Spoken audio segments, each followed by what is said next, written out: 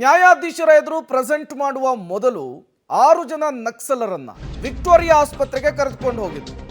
Victoria ಆಸ್ಪತ್ರೆಗೆ ನಕ್ಸಲರನ್ನ ಕರೆತಂದಂತಹ ಹಿನ್ನೆಲೆಯಲ್ಲಿ emergency ಪೇಷಂಟ್ಸ್ಗಳನ್ನ ಸಿಬ್ಬಂದಿ ಬಿಡದೇ ಇರುವಂತಹ ಘಟನೆ ನಡೆದಿದೆ. ಸ್ಟ್ರೆಚರ್ ಮೇಲೆ ಮಲಗಿದ್ದಂತಹ ರೋಗಿಯನ್ನ ಒಳಬಿಟ್ಟಿರಲಿಲ್ವಂತೆ ವಿಕ್ಟೋರಿಯಾ ಸಿಬ್ಬಂದಿ.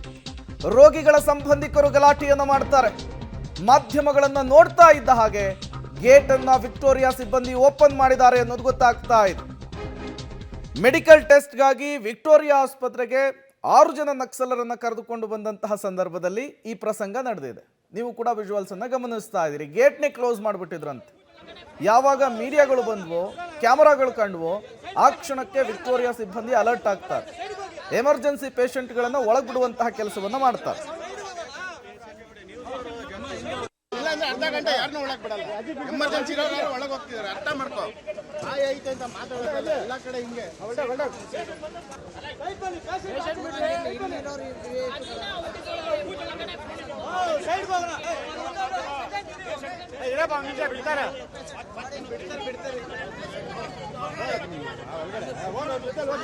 ಇದೇ ವಿಚಾರಕ್ಕೆ ಸಂಬಂಧಪಟ್ಟಂತೆ ಮತ್ತಷ್ಟು ಡೀಟೇಲ್ಸ್ ಅನ್ನು ಕೊಡ್ತಾರೆ ನಮ್ಮ ಪ್ರತಿನಿಧಿ ನರಸಿಂಹಮೂರ್ತಿ.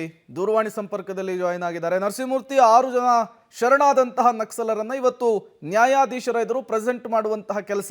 ಅದಕ್ಕೂ ಮೊದಲು ವಿಕ್ಟೋರಿಯಾ ಆಸ್ಪತ್ರೆಯಲ್ಲಿ ಏನೆಲ್ಲ ಬೆಳವಣಿಗೆಗಳಾಯಿತು, ಅದಾದ ಮೇಲೆ ಶರಣಾದ ನಂತರ ಅಂದ್ರೆ ನ್ಯಾಯಾಧೀಶರ ಎದುರು ಪ್ರೆಸೆಂಟ್ ಆದ ನಂತರ ಮುಂದಿನ ಬೆಳವಣಿಗೆಗಳೇನು ಅಂತ ಹೇಳಿ.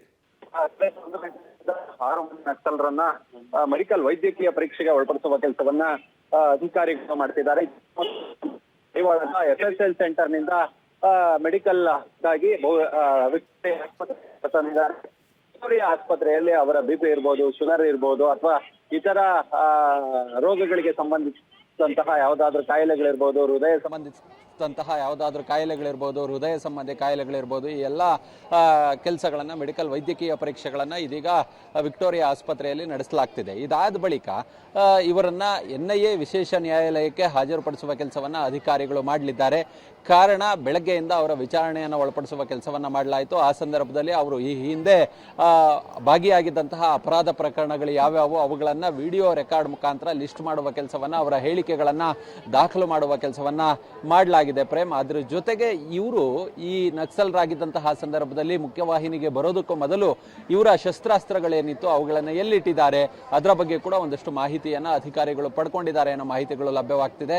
ಹೀಗಾಗಿ ಅವರನ್ನ ಇವತ್ತು ಮೆಡಿಕಲ್ ಮುಗಿದ ಬಳಿಕ ಅವರನ್ನ NIA ನ್ಯಾಯಾಲಯದ ಮುಂದೆ ಹಾಜರುಪಡಿಸಿ ಆ ಬಳಿಕ ಕಸ್ಟಡಿಗೆ ಅವಶ್ಯಕತೆ ಇದ್ದಲ್ಲಿ ಕಸ್ಟಡಿಗೆ ಕೇಳ್ತಾರೆ. 6 ಮಂದಿಯನ್ನು ಕಸ್ಟಡಿಗೆ ಕೇಳ್ತಕ್ಕಂಥ ಸಾಧ್ಯತೆ ತೀರಾ ಕಡಿಮೆ ಇದೆ. ಅದರಲ್ಲಿ ಕೆಲವರನ್ನ ಕಸ್ಟಡಿಗೆ ಪಡೆದುಕೊಂಡು ಉಳಿದವರನ್ನ ನ್ಯಾಯಾಂಗ ಬಂಧನಕ್ಕೆ ಒಪ್ಪಿಸ್ತಕ್ಕಂತಹ ಸಾಧ್ಯತೆ ಇದೆ. ಹೀಗಾಗಿಯೇ ಬಹುತೇಕ ಇವತ್ತು ಎಲ್ಲರ ವಿಚಾರಣೆಯನ್ನು ಕೂಡ ಮಾಡಲಾಗಿದೆ.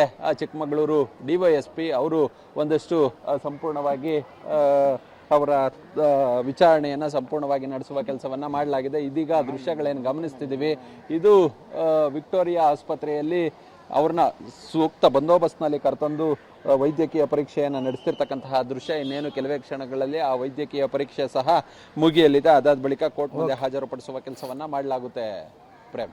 ಓಕೆ, ಥ್ಯಾಂಕ್ ಯು ನರಸಿಂಹಮೂರ್ತಿ ತಮ್ಮೆಲ್ಲ ಮಾಹಿತಿಗಾಗಿ.